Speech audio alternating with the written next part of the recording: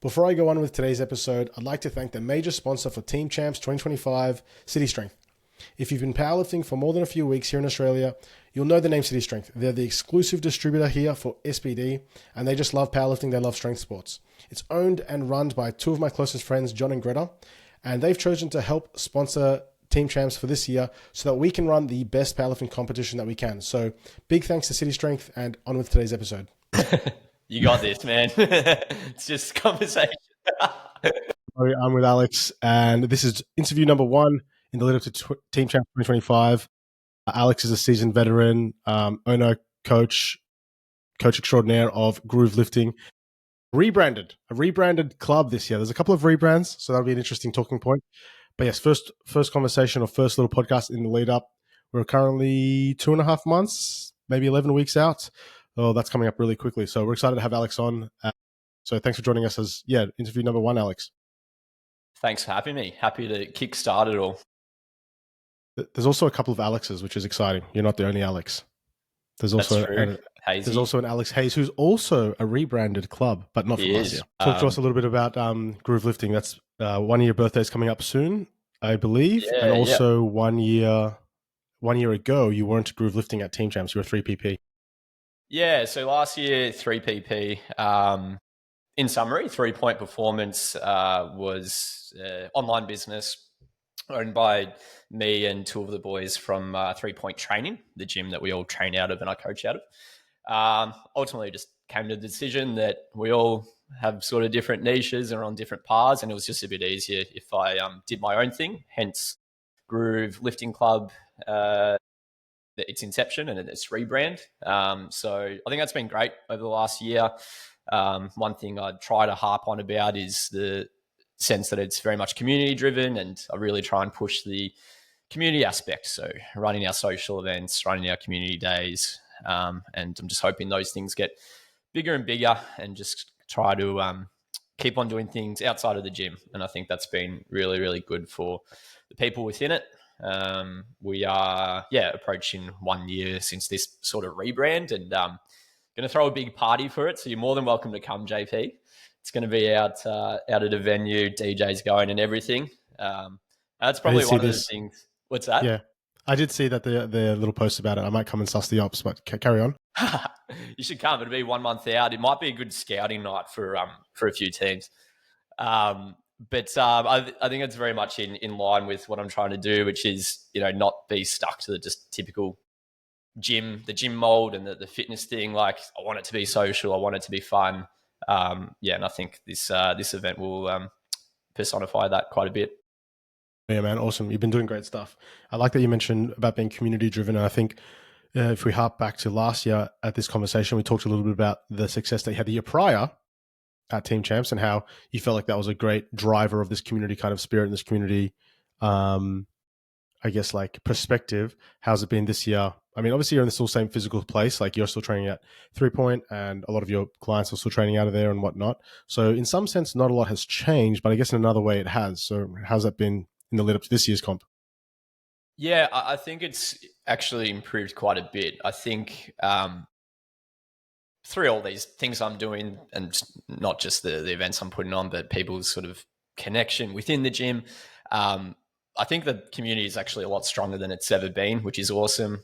We have our people competing, but a lot of people are invested in like how they're going and how the day will go. And what I'm trying to do, probably from not too far out now, but I want to get other people involved that aren't necessarily lifting. Like, I want people to feel like they can contribute in some sense to the team. I think it's important to approach this as like not an individual, and it's not, but I don't want, of course the 4 lifters are important, but I don't want them to think that it's just them. Like, I want everyone to feel like they can contribute in some way, because everyone does. What was your initial question? What's changed? Yeah, just I guess like just talking generally about how community spirit is like an important part, of your business practice, I suppose. And I think, sorry, maybe not quite, a little bit of a side thought here, but I think my perspective on Team Champs has changed a little bit yet again, even a better way. Because one thing I've sort of noticed, just keep on talking about this over the last month, is there aren't many comps where there's something up for grabs below that national level or that super elite level. And I think it just reinforces even more so the importance of comps like this. And I obviously think it's probably the premier comp that sort of fills that gap. And I know you've got it the same weekend as Worlds, and I have a suspicion that may have been deliberate. um, and I think that's a great idea. I think that's a great idea. It just gives more purpose in a comp for people than they probably would have otherwise, and I think that's great. Yeah, appreciate that. No, I think it's funny because like in the lead up to APA Nationals, a conversation I had with numerous people was, what's the point in going if I'm only going to come sixth, come fourth or come ninth. And I understand that sentiment because especially the way that APA pitched Nationals was like, this is the qualification pathway to Worlds. And so for those people, yes, this is a big comp. But for anybody that's like not in that top kind of like rung, yes, of course, it's great to compete at that level, and it's like a huge honor. And I'm sure, like for a lot of people, they're very proud to be able to lift. And come seventh at nationals is like a great achievement. No, not to take that away from anybody, but yeah, I hear what you're saying. It's like when you're fighting between sixth and seventh, or it doesn't feel like there's a lot of weight behind those types of things. Yeah, the clash with the worlds was a funny one because we've moved this comp numerous times. It used to be in December. I think that's the best time. And then when the whole USAPL thing happened and APA, no, it wasn't even APA, it was with PA, we kind of like ran out of time at the end of the year. And so we go, okay, let's just run it in March the year after. So we kind of missed the year in some sense. And then we wanted to run it again in March this year, but the Nationals was in Feb. So we thought we'd push it back again. And the King's Birthday weekend's a good weekend to run it on because last year we did it on Labor Day. The King's Birthday is another long weekend, and I like the long weekend because if we're going to run it across 2 days, it makes it a little bit more palatable for a lot of people. And yeah, there was a little bit of commentary about like, oh, it's on the same weekend as National Worlds. Is that going to be a big deal? And my kind of attitude was, I think what you're alluding to. It's like, well, those people at Worlds aren't going to come to this comp anyway. Yeah. And so it probably doesn't really matter. I will say that it is a bit of a tough one because I know a lot of the coaches are going to Worlds or they have clients going to Worlds. So there's a clash there, which I mean, I take as a bit of a compliment because I'm like, well, if the coaches who are coaching people to a Worlds level are torn because there's also this one here, I'm like, well, I take that as a compliment. So maybe we'll have to find some scheduling solutions in the new year. But no, great stuff. Talk us through last year. You were fighting in the challengers bracket and scraped through into no, did you know you missed out by one? That is correct. You were one place out. So talk us through. You guys finished ninth overall, I think. Yeah, that's right. I was actually pretty expectations going into the comp and what happened, I think was spot on. Like, I think obviously I crunched the numbers and figured out best possible results. And for each of our lifters, I think we actually achieved everything we could have. That there was no chance we could have gone up a place in. Like, I think I planned out everyone really, really well. So we finished ninth, but due to the promotion system from the challengers bracket, we were chipped out, which is fine. Which leads me to my next question for you, JP. Is that system the same this year? Question. Yeah, so for those, I mean, if you're watching this podcast, you probably you're a little bit clued on a little bit. But last year we had 22 lifters and we had 2 days, 11 teams. Wait, did I say 22 lifters? 22 teams. And we had 2 days of 11 teams and we made it top 11 more or less, with a bit of a caveat, top four on the first day, blah, blah, blah. Whole thing, make it to Premier. This year, we've got less teams. We've got 19 teams, and not all the teams that qualified for Premier Bracket are coming back. And so the exact qualification pathways for 2026, I feel like I haven't put in stone yet. Like, I've got ideas, but how that's actually going to look might change. I might end up wanting it to be just a 10-team Premier Bracket. 11 is just a bit of an awkward number. I just chose 11 because last year we had 22 and I split it in half, and that felt like it made a lot of sense. But for the sake of like making the Premier Bracket a bit more Premier, making it 10 teams would be better. And I think last year what ended up happening is one of the Premier teams opted to lift in the challenges, so we ended up having 12 and 10 anyway. And so the exact numbers I think will have to kind of only be decided once the team numbers are fully confirmed. Like, I've got everyone confirmed, but I mean, there's 19 teams, but there are some teams that are like, I don't know, a little bit on the fence, I suppose, or like a little bit uncertain. But it'll be something similar. It'll be like a top 3 or 4 on day one on challengers bracket, get auto qualified to the next day, and then the best of the remaining teams make it through as well. So it'll be a very very similar structure. It'll be the same structure. The exact numbers and the exact like how many teams and what placings you need to have is a little bit open ended based on the number of teams that end up entering. But yeah, it won't be like it won't be so big that it'll change like anyone's strategy, I suppose, or anyone's the lifters you're going to put in. Another big change that's taking place in this year's edition is another change in federations. Third federation in 5 comps. Let's go APA. I think the biggest change or the biggest relevant change with the change of federations, well, there's 2 in my mind. One, and I'd like to hear your thoughts. The practical application is that some coaches just couldn't come back. Like last year we were at USAPL, and this year some coaches couldn't come back because they've got clashes with, a large part of their client base lifting in different federations and whatnot. A notable mention is Panthers Powerlifting, who won the whole thing last year. They're not coming back. Very disappointed about that, but understandable. And the second change is different weight classes. So there's less weight classes. Last year we had 21 weight classes. This year in APA or IPF, there's 16 weight classes, and one of those classes is blank at the moment. And so there's less weight classes, which means deeper fields. How do you see things changing as we shift into this new era of APA, IPF lifting? I think the first thing that comes to mind for me isn't any of those factors, but the fact that it now opens up extremely strong interstate teams who, like Alex Hayes' team, I think will do very well. I'm surprised, and I think this will change over time, but, I'm surprised we aren't seeing other teams interstate coming in. Obviously, we know there's logistical difficulties there, but all of a sudden it opens up some fantastic lifters across the nation, really. So it'll be interesting to see over time if the carrot gets big enough to draw in teams for a trip like that. I think that's the biggest difference for me, to be honest, with the change to APA. The deeper weight classes will be great. I think, anytime we have the deeper weight classes, there's more strategy involved, which is a fun experience.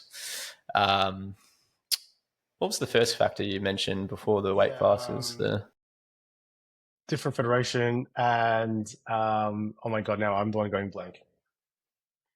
That's right.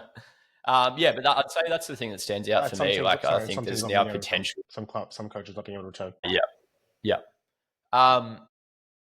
I think for the clubs we've lost, we've gained the potential for higher level teams, to be honest with you. Yeah, I think like you said, the logistical issues center around the Clash of Worlds. So, for example, invites did go out. I can share to like Hunter Performance, like Aiden Potts, Perform Motion also received an invitation.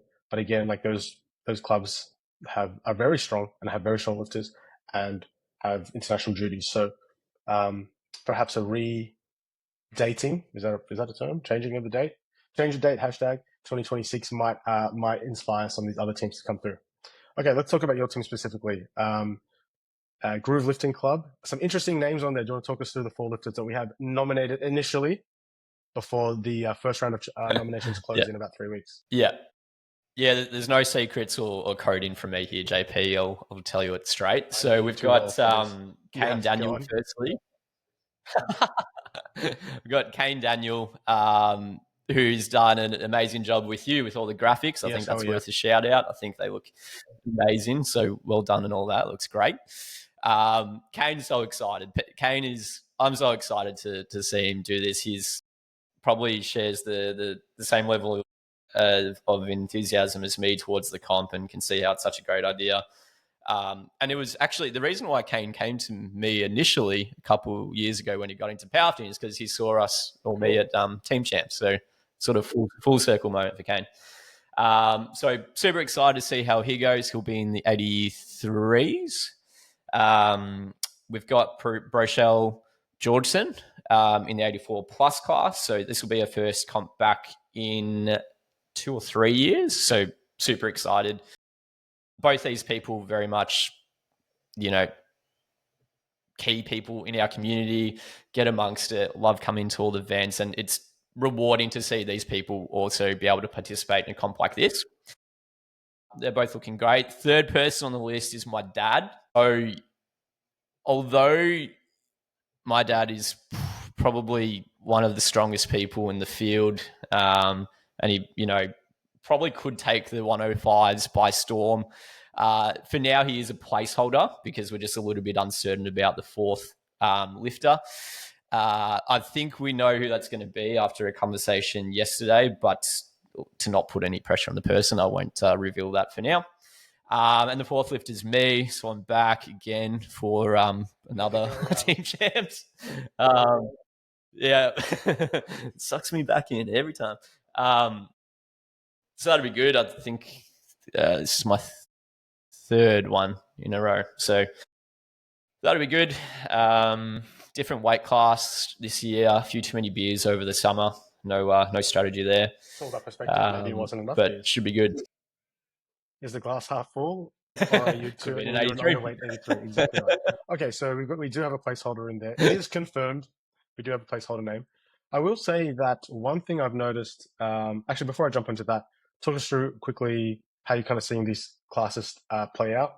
I know that Rochelle, for example, is in a 3-person class. Yourself, the 66ers, isn't as dense, I don't think, from what I remember. I'm just scanning through it right now.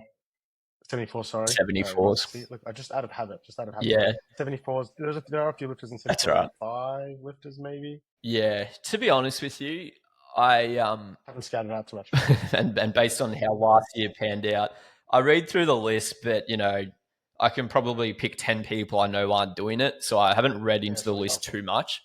And that's fair. That's no one's fault. Like, I think honestly, I've actually changed the team a couple of times with you, and the main reason being because of when we had to nominate.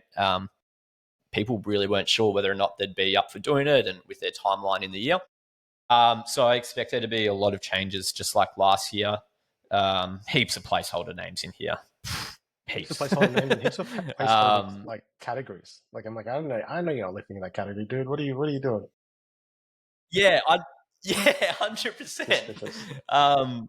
Which is funny, and it's all within the rules. It's fine. But yeah, obviously you brought in that rule this year, which I think makes it a little bit better, where you have 2 cutoff dates for swaps. So from initial nomination, you can change all 4 lifters, but you have to change 2 from 8 weeks out or 7 weeks out, and then the final 2 by 3 weeks out. So I think that's good to some degree. I think one idea I thought of last year, which I think would really cement this a bit more if you did want to get rid of all these placeholders, is like nominating an initial team of a large number, call it 6 or 7. Yeah. And then people just have to pick from that, and then you decide sort of how that tapers off. Did you ever think about something like that? One of my ideas was like you list a team of, say, 5 or 6, and that's the pool you're allowed to choose from. The only issue I saw with that was people were struggling to even send me the list of 4. Like even you, for example, have placeholders and stuff. Yeah. So like trying to find teams of 5 or 6 or 8, was also an idea. Might have gotten even trickier. So I went with the date options. The good thing about the date options is like at that first cutoff point. So for those that aren't following, you can check out the rules. The link to the rules are in our Instagram bio. There's a rule in there that says that on Friday, April 18th, is the first round of cutoffs for changes. And so after that date, only 2 more changes can be made. And so more or less the teams will be set, because I don't think anyone's going to be playing games after that date too much.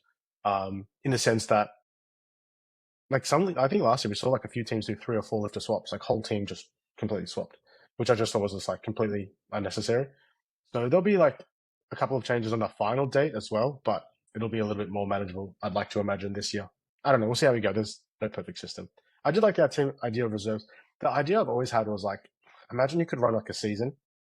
Like I'd love to have a season, like 5 of these comps in a row, right? Like imagine you did one every month for 5 months. Like imagine you had one in April, May, June, July, August, 5 months.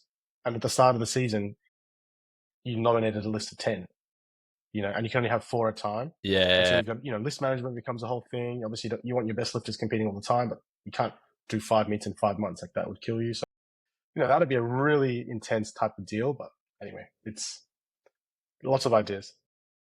Yeah, I think that's great.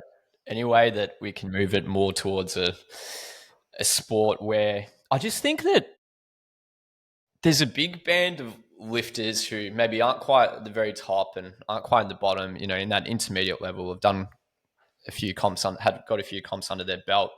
And understandably so, a comp is a big event in their calendar. To them, the ducks have to be lined up. We have to be going for PBs. But then as soon as, bugger, shoulder was sore for 3 months, so that's set me back. I don't want to compete anymore. Like, I'm not going to PB my bench, and it's sort of affected my score. I don't want to do it. Like, anything that encourages more than an individual performance, like you're contributing to a team, I think it's a brilliant idea.